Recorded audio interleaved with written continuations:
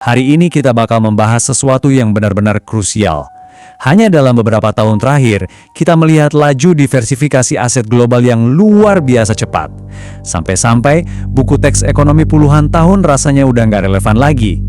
Kita bakal bedah tuntas salah satu pergeseran makroekonomi paling masif di dekade ini, dedolarisasi global. Ingat, ini bukan cuma fluktuasi pasar biasa, ini adalah perubahan struktural yang sangat mendasar. Biar kita bisa mengukur resiko dan imbal hasil dengan presisi, kita akan pakai kerangka yang sangat terstruktur hari ini. Ini agenda kita. Era baru hegemoni dolar, pemicu utamanya, pro dan kontra dari transisi ini, dan kita tutup dengan strategi investor. Langsung saja kita mulai. Oke, bagian pertama, era baru hegemoni dolar.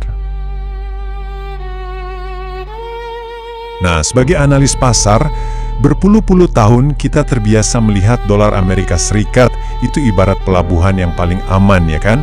Standar emasnya perdagangan global. Tapi, sejak kalah hegemoni dolar ini sekarang bukan sekedar teori akademik lagi. Ini fenomena geopolitik yang aktif dan butuh perhatian strategis kita secara serius. Biar kita ada di halaman yang sama, mari kita mulai dari dasar. Dedolarisasi itu intinya adalah proses di mana negara-negara mulai aktif mengurangi ketergantungan mereka pada dolar AS. Terjadi di dua area utama nih, di transaksi perdagangan internasional dan sebagai instrumen penyimpan nilai di cadangan devisa bank sentral mereka. Ini adalah langkah yang sangat sengaja buat mendiversifikasi exposure. Coba perhatikan bagaimana para pelaku pasar dan literatur mulai melabeli situasi ini. Akhir rezim dolar. Memang sih, kedengarannya agak dramatis pada pandangan pertama. Tapi sebagai analis yang berpegang pada data, kita harus melihat ini sebagai cerminan pergeseran sentimen yang beneran nyata. Ini ngasih sinyal kuat bahwa kepercayaan tak terbatas pada sistem mata uang tunggal itu sedang diuji secara habis-habisan. Masuk ke bagian 2, pemicu utama dedolarisasi global. Terus, apa dong katalis objektifnya? Sebenarnya ada 3 pendorong utama di sini. Masing-masing aja udah cukup bikin pusing, apalagi kalau ketiganya terjadi barengan, kan? Pertama, soal senjata geopolitik. Saat dolar dipakai sebagai instrumen sanksi ekonomi, wajar dong kalau negara-negara mulai mikir buat ngamanin aset mereka sendiri. Kedua, faktor stabilitas ekonomi AS itu sendiri. Banyak institusi global yang lagi was-was melihat besarnya utang nasional AS dan arah kebijakan Federal Reserve. Dan yang ketiga, kebangkitan mata uang alternatif. Blok ekonomi kayak BRICS misalnya, lagi agresif banget dorong perdagangan lintas batas pakai mata uang lokal mereka sendiri buat menyaingi infrastruktur dolar. Sebagai contoh praktisnya, peristiwa pembekuan cadangan devisa Rusia oleh Amerika Serikat itu jadi semacam momen peringatan yang paling nyata. Buat kita, analis risiko, lepas dari urusan politik apapun, kita cuma lihat fakta pasarnya aja. Pas sebuah aset yang selama ini dianggap sebagai tempat berlindung yang aman, tiba-tiba nggak bisa diakses dalam semalam cuma karena kebijakan luar negeri, negara-negara lain pasti langsung buru-buru menghitung ulang profil resiko mereka dan mencari jaring pengaman alternatif. Masuk akal kan? Lanjut ke bagian 3, pro atau peluang diversifikasi aset. Nah, karena kita udah tahu katalisnya, kita juga tahu kalau di mana ada pergeseran sistemik, di situ pasti selalu ada peluang diversifikasi. Coba perhatikan distribusi aset baru ini. Bank sentral di seluruh dunia itu nggak cuma duduk diam menonton ketidakpastian loh. Mereka aktif banget melakukan mitigasi resiko. Datanya nunjukin kalau simpanan mulai dialihkan ke 4 aset utama ini. Emas, yuan, euro, dan yen. Emas kembali jadi lindung nilai yang klasik, sementara mata uang kuat lainnya mulai ambil porsi lebih besar.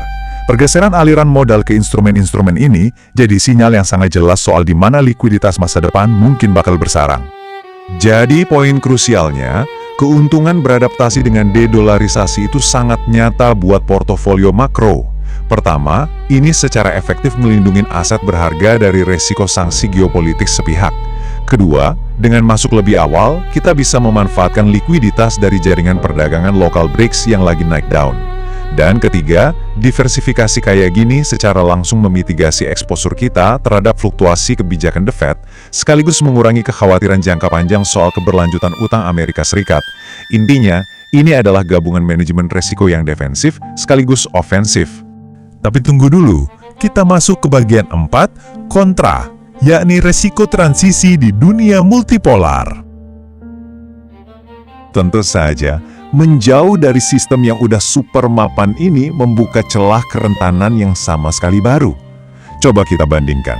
Hegemoni mata uang tunggal dolar itu ngasih kita satu hal yang sangat berharga, prediktibilitas. Pasar kan suka banget sama sistem yang udah jalan, liquid, dan secara historis stabil. Di sisi lain, dunia multipolar memang ngasih alternatif dan otonomi yang lebih besar. Masalahnya, tatanan baru ini penuh dengan ketidakpastian. Sering ada candaan nih di kalangan analis. Ibaratnya kita lagi menukar satu setan yang udah kita kenal dengan puluhan setan regional yang belum pernah kita temui. Pasar-pasar regional yang baru ini kan belum pernah benar-benar diuji ngelewati krisis finansial skala global.